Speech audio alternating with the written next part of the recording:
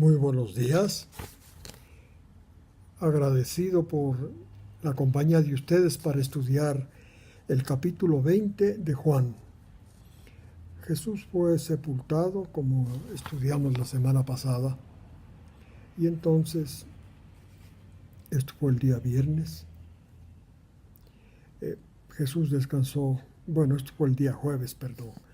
Jesús descansó el viernes, el sábado, y el primer día de la semana, literalmente dice en el capítulo 20, versículos 1 y 2, el primer día después del sábado, así se llamaban los días en Israel en el tiempo de Jesús. El primer día después del sábado, María Magdalena se fue de madrugada al sepulcro y vio que la piedra había sido quitada. Entonces corrió y fue donde estaban Simón Pedro y el otro discípulo, a quien Jesús amaba, y le dijo: se han llevado al Señor de la tumba, y no sabemos dónde le han puesto. Pues María Magdalena, esta que fue liberada del poder del maligno, es la que más se preocupaba por Jesús. Tenía un amor sincero y humilde. Y entonces, tan pronto pasó el día sábado, ella había oído que Jesús iba a morir, más bien dicho, Jesús le anunció que iba a morir y ella creyó. Pero también oyó que Jesús iba a resucitar al tercer día. No oyó directamente, pero oyó. Y entonces, por eso, muy temprano el día domingo, a los 3 días que Jesús fue sepultado, ella se fue al sepulcro y encontró que la piedra que tapaba el sepulcro había sido retirada. Y entonces corrió para avisar a Juan y a Simón Pedro, avisarles que se habían llevado el cuerpo del Señor de la tumba. Y no sabían dónde había, y ella no sabía dónde había puesto. Claro, no creía que Jesús iba a resucitar, ni sabía tampoco. Versículos 3 al 10. Entonces salieron Pedro y el otro discípulo, este es Juan, y fueron al sepulcro. Corrieron los dos juntos, pero Juan corrió más rápido que Pedro y llegó primero al sepulcro. Entonces, agachándose en el sepulcro, ¿no es cierto?, miró adentro las envolturas, estas que envolvieron a Jesús, estas de lino, pero no entró. Después también entró, llegó Simón Pedro, que venía atrás, y entró al sepulcro. Él sí entró al sepulcro, vio que las envolturas de lino estaban enrolladas, y vio también en el versículo 7 el sudario que estaba puesto sobre la cabeza de Jesús, que no estaba junto a las envolturas de lino, sino enrollado en un lugar aparte. O sea, Jesús, cuando resucitó, cuidadosamente dobló cada una de las prendas con la que fue cubierto. Esto indica el orden que mantenía Jesús en su vida. Dejó el sudario y los lienzos de lino doblados en el lugar donde estaba su cuerpo. Bueno, entonces, después de ver esto, Pedro entró también Juan a ver el sepulcro y vio y tuvo fe. Recién tuvo fe en la resurrección de Jesús, a pesar de que a ellos sí les dijo, pero no tuvieron la capacidad, no les daba su conocimiento religioso, de la vida religiosa en Israel, no les daba para creer que Jesús, en lo que Jesús les dijo que iba a resucitar. Tuvo fe, versículo 9, y él mismo explica que tuvo fe recién cuando vio el sepulcro vacío y doblado los lienzos, porque no había visto la escritura que decía que era necesario que Jesús resucite de los muertos. Después de esto, estos dos discípulos regresaron a su casa. Entonces, Juan explica que no tuvo fe antes porque no leyó la escritura antes. Entonces quería decir que ese momento, las palabras de Jesús, que Jesús decía, ellos todavía no consideraban que estaban a nivel, eran tan inspiradas como las de la escritura. Por esto dice, no creyó que había resucitado Jesús, sino hasta ver el sepulcro vacío, porque no había leído la escritura. Versículos, pero por supuesto después entendieron que las palabras de Jesús eran las palabras del mismo que inspiró el Antiguo Testamento. Versículos 11 al 17. Ahora, María, recuerdan ustedes, estaba en el sepulcro, lloraba afuera, y mientras lloraba, se inclinó y miró dentro del sepulcro. Miró adentro del sepulcro, ¿no es cierto? El 12, y vio 2 ángeles de blanco, uno a la cabecera y otro a los pies, sentados en ese espacio. Y le dijeron estos ángeles, ¿por qué lloras, mujer? Ella les contestó, porque se han llevado a mi Señor y no sé dónde lo han puesto. 14.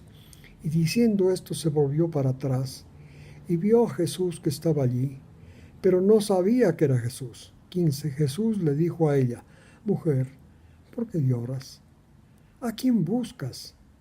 Ella, pensando que era el jardinero, le dijo, Señor, si usted se ha llevado, dígame dónde lo ha puesto y yo me lo llevaré. 16. Jesús le dijo, María. Ella, volviéndose, le dijo en hebreo, Raboni, que quiere decir maestro. María escuchó esa voz que le habló cuando lo libró de los demonios, del poder del maligno. Ahora volvió a oír esa misma voz, María. Ella le dijo en hebreo, regresándose, Raboni, le dijo, maestro. 17. Le dice Jesús a ella, no me abraces, porque todavía no me abraces, porque todavía no he subido a mi Padre. Vete hacia mis hermanos y diles, subo hacia mi Padre y al Padre de ustedes, a mi Dios y al Dios de ustedes. Ahora bien, Jesús, ella pues al oír su nombre y después que le dijo Rabón, se lanzó a Jesús para abrazarlo. Y entonces Jesús le dijo, no, que no ha subido todavía al Padre, a su Padre y a su Dios. Y entonces aquí se ve el cariño intenso que le tenía María a Jesús, el cariño agradecido porque fue liberada del poder de Satanás. Bueno, 18 al 23. María la Magdalena fue entonces y anunció a los discípulos lo que Jesús les dijo. He visto al Señor y Él me ha dicho esto. Le repitió, voy a mi Padre y el Padre de ustedes, a mi Dios y al Dios de ustedes. El 19. Era el atardecer de aquel día. Aquel día era el día domingo, o sea, el primer día después del sábado. Era el atardecer ya. Las puertas del lugar donde estaban cerradas porque los discípulos tenían miedo a los judíos. Sin embargo, estaba todo cerrado. Jesús vino y se puso en medio de ellos y les dijo, paz a ustedes. El 20. Esto les dijo y les mostró a ellos sus manos y su costado. Los discípulos se regocijaron viendo al Señor. Entonces Jesús les repitió, paz a ustedes. Como el Padre me envió, así yo les envío a ustedes. El 22. Diciendo esto, sopló y les dijo, reciban el Espíritu Santo. A quienes remitan los pecados, les son remitidos, y en quienes los retengan, les son retenidos. Muy bien, esto es importante entender bien. Jesús resucita, Jesús se muestra a ellos resucitado, les da paz, y luego dice, les envío, sopla sobre ellos y les da el Espíritu Santo. Muy bien, ¿qué es esto? Sucede que el objetivo de la venida de Jesús a la tierra era dar el Espíritu Santo a las personas para reinstaurar la amistad, la unión de la raza humana, de la fe, con Dios. Unión que fue quebrantada cuando Adán cayó. Cuando Adán cayó, perdió el Espíritu Santo, esto es, perdió la unión con Dios, perdió la capacidad de amar, porque, perdón, más bien dicho, perdió la fuente del amor, porque Dios es amor. El hombre en sí no es origen ni fuente del amor. Tiene que estar en comunión con Dios para poder amar. Pues para esto vino Jesús, para que dar el Espíritu Santo y para que los seres humanos que tengan fe sean capaces de amar. Esto es de tener misericordia. Sean capaces de ser canales de la bondad, de la compasión divina, de la paciencia, de la tolerancia. Para esto vino Dios, porque el hombre sin Dios perdió la fuente del amor y por eso vive para complacerse, vive para la egolatría y hay tanto problema en la humanidad. Ahora bien, el otro punto que Jesús, al hablar del Espíritu Santo, les dice: de quienes remitan los pecados, les son remitidos.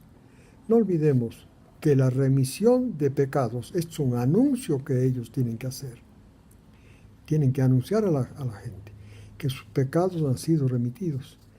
Todos aquellos que acepten que es verdad que los pecados de la humanidad fueron remitidos. ¿Quién los remitió? No olvidemos que remitir es enviar. ¿Quién remitió los pecados? Dios el Padre, según está explicado en Isaías 53:6. Dios el Padre remitió los pecados desde la humanidad, desde los hombres hasta Jesús.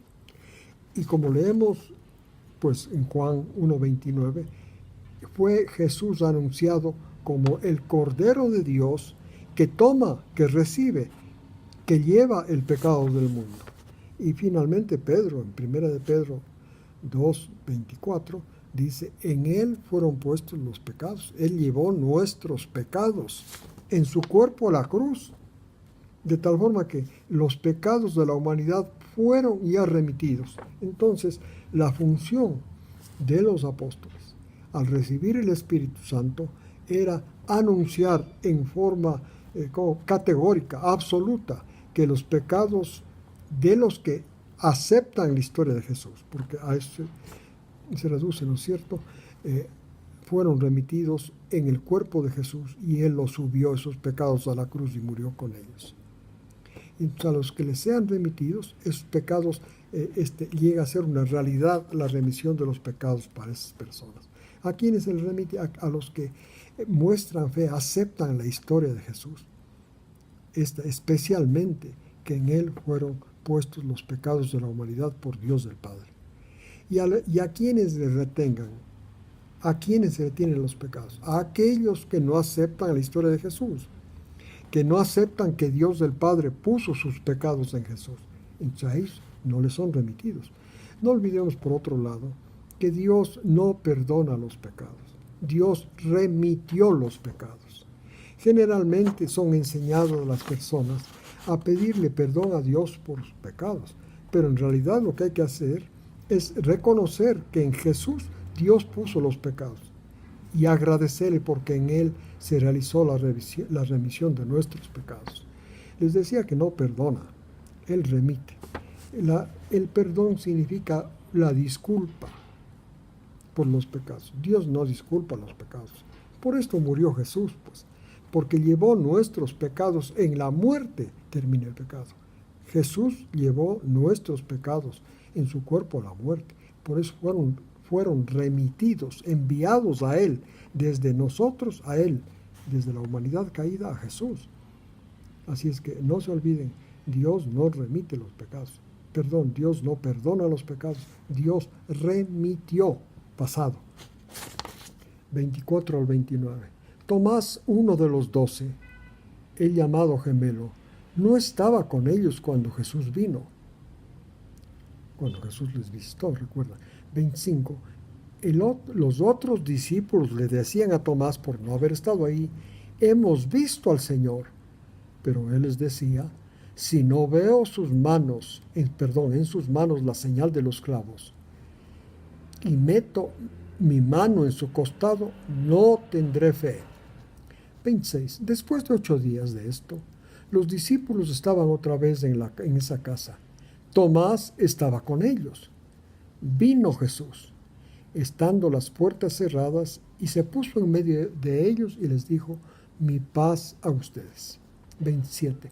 Entonces se dirigió a Tomás y le dijo: acerca aquí tu dedo, mira mis manos, acerca tu mano, acerca las manos en los dedos el dedo de Tomás le pidió que acerque a la mano taladrada, a las manos taladradas por los clavos. Le dijo: acerca a tu mano a mi costado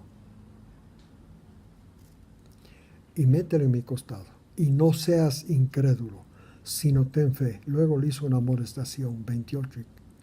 Contestó: sino ten fe. Entonces contestó Tomás y le dijo: Señor mío y Dios mío. Jesús, otra vez la amonestación, y le dijo: ¿por qué? Porque me has visto, Tomás, has tenido fe. Felices los que no ven y tienen fe. Versículos 30 y 31. Ciertamente hizo muchas señales en presencia de sus discípulos, que no están escritas en este Evangelio. 31. Pero estas que han sido escritas es para que tengan fe en Jesús el Mesías, el Hijo de Dios, y para que teniendo fe tengan vida en su nombre. En otras palabras, el Evangelio de Juan, fue escrito para que las personas que lean con atención, entendiendo, tengan fe en Jesús. Entonces, este es el libro de la fe. Por esto tiene este arreglo diferente a los otros evangelios que narran la historia de Jesús, pero no con el enfoque que da Juan. Entonces, si queremos tener fe, la fe actual, recordándonos, ¿cierto?, que la fe ha sido de varias clases a lo largo de la historia. Por ejemplo, la fe de Abel es diferente a la fe de Noé. La fe de Noé es diferente a la fe de Enoc. Ustedes recuerdan que Abel ofreció como muestra de su fe, aceptó que había sido condenado en su papá al pecar él, y se acercó entonces con un cordero, símbolo de Jesús, para ofrecerle un homenaje, un sacrificio a Dios, diferente a Caín. Él no creyó eso y entonces quiso homenajearle a Dios y presentó lo mejor de la tierra, los frutos de la tierra. Bueno, asimismo Enoc, la fe de él consistía en caminar con Dios. La fe de Noé consistió en anunciar, en aceptar que Dios iba a destruir la tierra. Y así, hay diferentes fes, pero la fe que culmina, la fe que es la graduación de la fe, es Jesús, la fe de Jesús. Y entonces, esta fe de Jesús justamente es la que está narrada en los evangelios, especialmente en el Evangelio de Juan. La fe de Jesús no es otra cosa que la misión que Dios el Padre le dio a Jesús para que haga la salvación aquí en la tierra. Es el detalle de esa misión. Jesús obedeció, vivió de eso. Esa es la fe de Jesús, que no es otra cosa que la historia de Jesús. Entonces, así se tiene fe. Les agradezco por su atención y espero que la próxima semana nos acompañen a estudiar el capítulo 21 de Juan. Que Dios los bendiga esta semana.